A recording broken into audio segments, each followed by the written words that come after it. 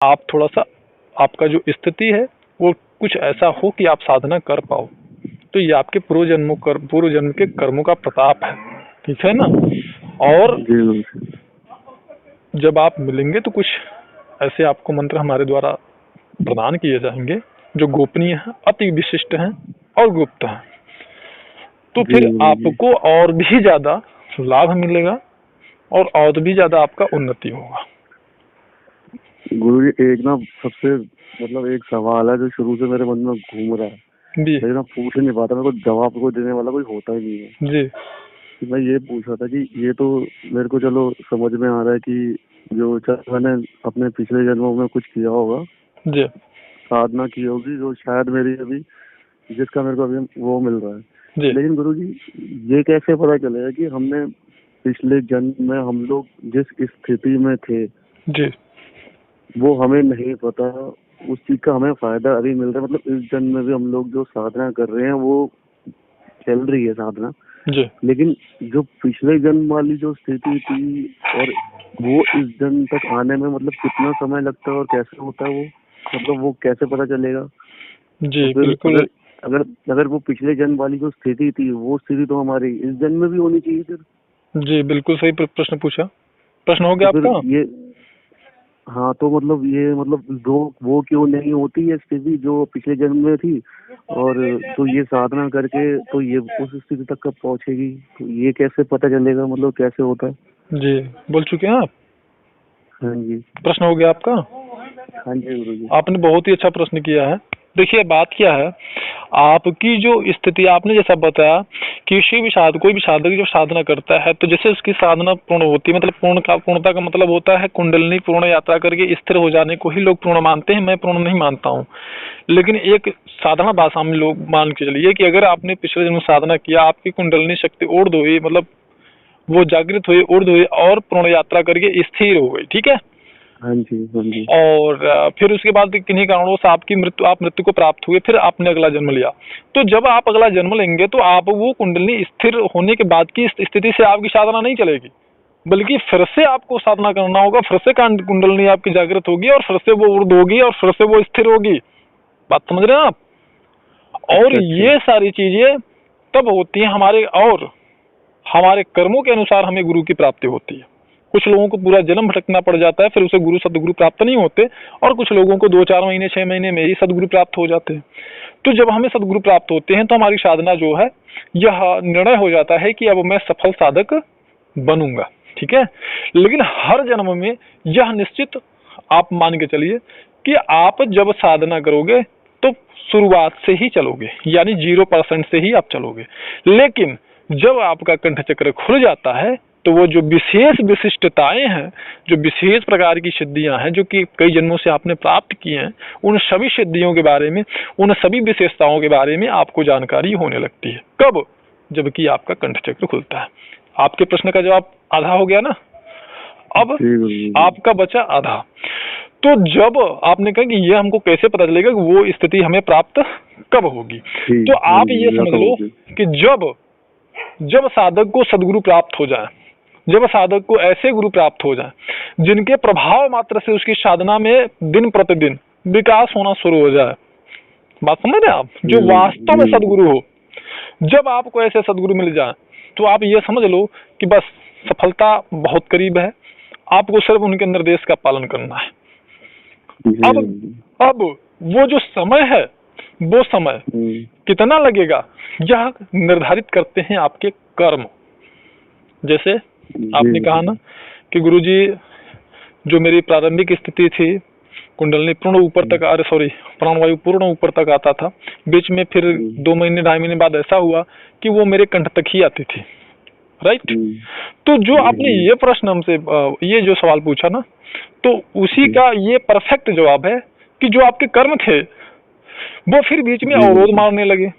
देखिए साधना का ये अवस्था में बता रहा हूँ आपको, सभी साधकों की साधना एक समान नहीं चलती है, वो घटती बढ़ती रहती है। एक समय आता है जब आपके अच्छे कर्म निकलते हैं तो आपके ध्यान आपको बहुत अच्छा लगता है, बहुत अच्छे अनुभव आते हैं, मतलब जिस चक्र पे आपकी साधना चल रही होती है उस चक्र से संबंधित बहुत अच्छे अच्छे अनुभव आने लगते हैं।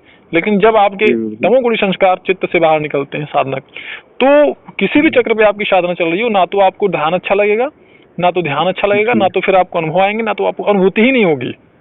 आप समझ रहे हैं? मतलब एकदम डिस्टर्ब होंगे और तमाम समस्याएं आपको उस समय घेर लेंगी। और यही होता है कर्मों का विधान। तो कर्मों का जो गुण रहस्य है बहुत बड़ा है। अभी ना तो आपको मैं फोन पे समझा सकता हूँ, ना तो आप समझ पाओगे। तो अच्छा, लेकिन हम ये उम्मीद करते हैं कि जो प्रश्न आपने किया उसका 100% आपको जवाब मिल गया होगा। जी। तो बस गुरु अगर मिल गया, उसके बाद में आप ये मान लो आप सफल साधक बनोगे, कोई रोक नहीं सकता है। लेकिन कर्म आपको जो है आपके, वो आपको भोगने ही पड़ेंगे। दुनिया की कोई ताकत, कोई गुरु, कोई मार्गदर्शक, कोई भगवान, कोई देवता ऐसा नहीं है जो कि आपके कर्मों को नष्ट कर दे। गुरुजी, ऐसा हो सकता है क्या, मतलब जैसे कोई एक साधक है तो जैसे ध्यान में होते हैं तो उसके कर्म तो नष्ट हो रहे होते हैं, जल रहे होते हैं, जो भी होता है, तो जिन कर्मों की वजह से उसे उस समय पर जो जितनी परेशानियां हो रही होती हैं जी, अगर वो कुछ ऐसा संकल्प करे कि हे माता कुंडलिनी की अगर जिन कर्मों को मैं आज की डेट में तो इतना ज्यादा भुगत हूँ, जिनकी वजह से मैं आज इतना परेशान हूँ, इन कर्मों को आप पहले इन कर्मों को नष्ट कीजिए। नहीं तो जल्दी से जल्दी, चाहे वो ध्यान में हो चाहे वो वैसे हो, जी भोग के हो जी, तो ऐसा हो सकता है क्या? जी बिल्कुल बिल्कुल बिल्कुल ऐसा हो सकता है। लेकिन क्या हो सकता है उसको समझ लीजिए। प्रश्न बहुत अच्छा किया आपने। जी। आपके जो प्रश्न है ना, आपके प्रश्न अगर जो व्यक्ति सुनेगा वो स्वयं बोलेगा, अगर वो साधक है तो कि आप एक विशिष्ट व्यक्ति हो। अच्छा, तो आपके प्रश्न का उत्तर सुन लो आप। जो आपने कहा ये संकल्प बिल्कुल काम नहीं करेगा, क्योंकि जो ये कर्मों का विधान है ना, ये कर्म क्षेत्र जो होता है ये माता प्रकृति का जो है क्षेत्र होता है, और माता प्रकृति द्वारा हमारे जन्म से लेकर मृत्यु तक का पूरा लेखा जोखा, पूरा विधान बना दिया जाता है। अब उसमें हेर फेर करता कौन है? उसमें हेर फेर करता है हमारा आपका योग बल, या मेरा या आपके गुरु, हमारे आपके गुरु उसमें हेर फेर करते हैं सामर्थ्य अनुसार। अच्छा, योग बल कार्य कब करता है? योग बल कार्य तब करता है जबकि आपका मार्गदर्शक बहुत सामर्थ्यशाली हो। सामर्थ्यशाली का मतलब कि उसका सहस्त्रार चक्र जो है वो खुल गया हो, वो उसका आखिरी जन्म हो। तो जब वो उसका आखिरी जन्म होता है ना, तो उसको जीवेश्वर की उपाधि मिल जाती है। उस दशा में वो चाहे तो प्रकृति के नियमों को माने और चाहे तो प्रकृति के नियमों को न माने।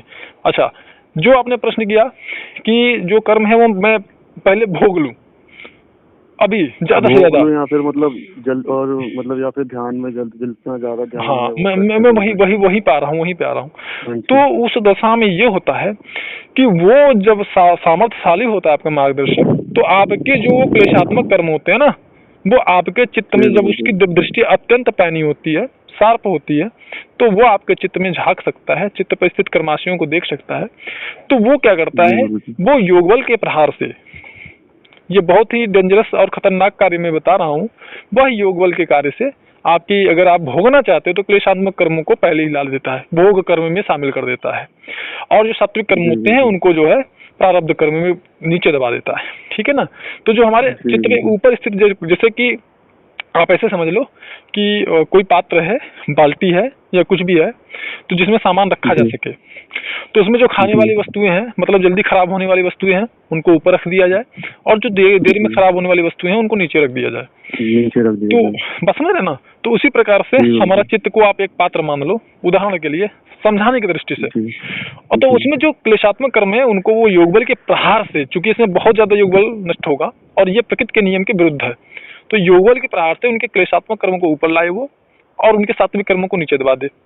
तो दशा में क्या होगा कि फिर वो साधक बहुत सारे विपत्तियों को फिर झेलेगा। पहले वो क्लेशात्मक कर्म को ही भोगेगा, फिर वो साधना कर नहीं पाएगा, फिर वो पहले कर्मों को भोगेगा।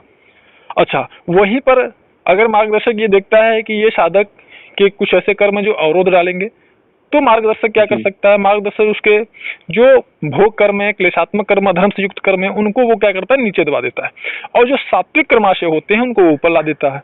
ऐसी दशा में क्या होता है? ऐसी दशा में साधक को बड़ी जल्दी सफलता प्राप्त हो जाती है। समझ गया आप? लेकिन ये प्रकृति के नियम के विरुद्ध है, और कौन कर सकता है ये मैंने आपको बता दिया। तो आप संतुष्ट हैं? हाँ जी, हाँ जी जी। अभी गुरुजी ऐसा हुआ था कि पीछे कि मैं सुबह सुबह ध्यान और मंत्र जाप करके अपना छत पे जाता हूँ प्राणायाम करने के लिए जी। एक सवा घंटा प्राणायाम करता हूँ। तो उस टाइम पे क्या हुआ, छत पे बारिश हो रही थी जी। तो मैं मेरी छत से और नीचे वाले उसी के नीचे वाले फ्लैट में मैं रहता हूँ। तो वहाँ पे ना जो सीढ़ियाँ हैं वो तो बड़ी है, लेकिन वहाँ ना रेलिंग नहीं लग रही मतलब बचने के लिए। तो उसमें क्या हुआ, मेरी शायद चप्पल थोड़ी सी गीली होगी और मार्बल था, तो उससे मैं क्या हुआ, मैं वहाँ पे स्लिप हुआ जी। वहाँ से मैं स्लिप हुआ और मैं सीधा नीचे वाली फ्लोर पे गया जी। गिर के। और मेरे को साफ उस टाइम लग रहा था कि मतलब मेरी कहानी खत्म है आज। जी। अगर दीवार मार्बल पे सीढ़ियों पे सर लगा या दीवार पे सर लगा तो एक बार खुल गया तो फिर तो कुछ नहीं हुआ। जी। तो मतलब पहली बार लाइफ में मतलब ऐसा लगा कि मैं गया। और जब मैं नीचे जब मैं पहुंचा ना, ऊपर से गिर के नीचे पहुंचा तो मैं सीढ़ियों पे बैठा हुआ मिला। मतलब मैं बैठा हुआ था और मतलब मेरे को कुछ नहीं हुआ और मेरे को एक खरोच तक नहीं आई, इतनी ऊपर से नीचे गिरने का, लगभग 5-6 फुट 7 फुट नीचे गिरने के बाद। जी। जी। तो फिर पहले तो मैं बैठ के यही सोचता रहा, मतलब ये हुआ कैसे। मैं फिर तुरंत वहाँ पे गया अपने प्रभु जी की फोटो के आगे। तो वहाँ पे मैंने फिर खड़े होकर थोड़ा सा ध्यान लगाया। मैंने ये पूछा कि प्रभु जी मतलब ये हुआ कैसे, अगर मैं गिरता तो शायद मैं जैसे जिस हिसाब से गिरा था मेरा सर ही नीचे लगा, मैं नीचे बैठा कैसे। तो जैसे मैं 1 मिनट के ध्यान में गया तो उसमें मेरे को दिखाई दिया कि मतलब कि भोलेनाथ जैसे दिखाई दे रहे थे और त्रिशूल दिखाई दे रहा था, बस एक परछाई सी दिखी। जी। बस फिर मैं उसी टाइम समझ गया क्योंकि मेरा जाप भी उन्हीं से चलता है। जी। जी। तो ऐसा हुआ था। बिल्कुल बिल्कुल। तो बस आप अभी वर्तमान में कितना ध्यान कर रहे हैं आप? गुरुजी मेरा 2 घंटे 2.5 घंटे ऐसे हो जाता है। हाँ, तो और प्रयास मंत्र करिए जाप भी उसको। मेरा 2 घंटे 2.5 घंटे हो जाता है, 2 घंटे के हाँ, आसपास हो जाता है। तो ठीक है, वो ठीक है, मंत्र जाप आप 2 घंटे जो भी कर रहे हैं करते रहिए। और ध्यान को कितना माला रोज में मंत्र जाप करते हैं आप? गुरुजी अब इसका तो कुछ है ही नहीं, लगभग मेरी 1 मिनट से कम टाइम में हो जाती है एक माला। तो 1 मिनट में 1 मिनट मतलब वो माला गिनते हो नहीं हो क्या आप? नहीं, गिनता नहीं हूँ। चलिए, अच्छा ठीक है। बाकी मानसिक जब भी मेरा चलता ही रहता है ऑलमोस्ट। जी। जी। नहीं, जाप को हमेशा एक बात ध्यान दीजिएगा, जाप को हमेशा निश्चित संख्या में करना चाहिए। वैसे एक अवस्था ऐसी आती है ना मंत्र जाप की, जबकि ये पता ही नहीं होता कि माला कहाँ है, गिन क्या रहे हैं। तो ऐसी अवस्था में कोई दिक्कत नहीं है, उसके लिए परेशान भी नहीं होना चाहिए। ठीक है। फिलहाल ऐसी अवस्था तब आती है जब मंत्र हमें सिद्ध हो जाता है। ठीक है। तो फिलहाल और ये जरूरी भी नहीं है कि मंत्र सिद्ध होने के बाद, क्योंकि ऐसा कभी कभी ऐसा भी होता देखा गया है हमारे ही साधकों में कि उनको बड़ी जल्दी जो है उनकी जो मन हो एकाग्रचित हो जाता है, प्राणवायु मन दोनों एक हो जाते हैं ना, तो वो भूल जाते हैं। मैं माला उनके हाथ से गिर भी जाता है। ये जो छोटी मोटी साधनाएं छोटी साधनाएं है ना, वो छोटे साधनाओं के साधकों के साथ में ऐसा होता है। आपने तो सुना होगा। सुबह करता हूँ ना ऐसे, तो तब ज्यादातर कभी ऐसा हो जाता है। जी। जी। तो फिलहाल मैं निर्देश आपको ये दूंगा, थोड़ा सा ब्रह्मचर्य का कठोरता से पालन करिए। आप ये सांसारिक भोग को भोगने के लिए जन्म नहीं लिए हैं यहाँ पे। और दूसरी चीज ये है कि कम से कम 4 घंटे का ध्यान करिए अगर कुछ पाना चाहते हैं। ठीक है जी गुरुजी, दिन में भी बढ़ा देता हूँ जी। मतलब देखिए, ऐसा नहीं करिए कि आपका जो जीवन है वो डिसबैलेंस हो जाए। जीवन का मतलब हमें आपको जीने के लिए अर्थ की जरूरत है, पैसे की जरूरत है, तो कुछ ऐसा मेंटेन करिए कि दोनों चीज बैलेंस में चले। क्योंकि आपसे परिवार आपका जुड़ा हुआ है, फैमिली मेंबर जुड़े हुए, तो बैलेंस में चलिए। मैं बिल्कुल ये नहीं कहूंगा कि नहीं आप बिल्कुल ध्यान में लग जाओ, भाई उनका पालन पोषण करना आपका धर्म बन चुका है। ठीक है।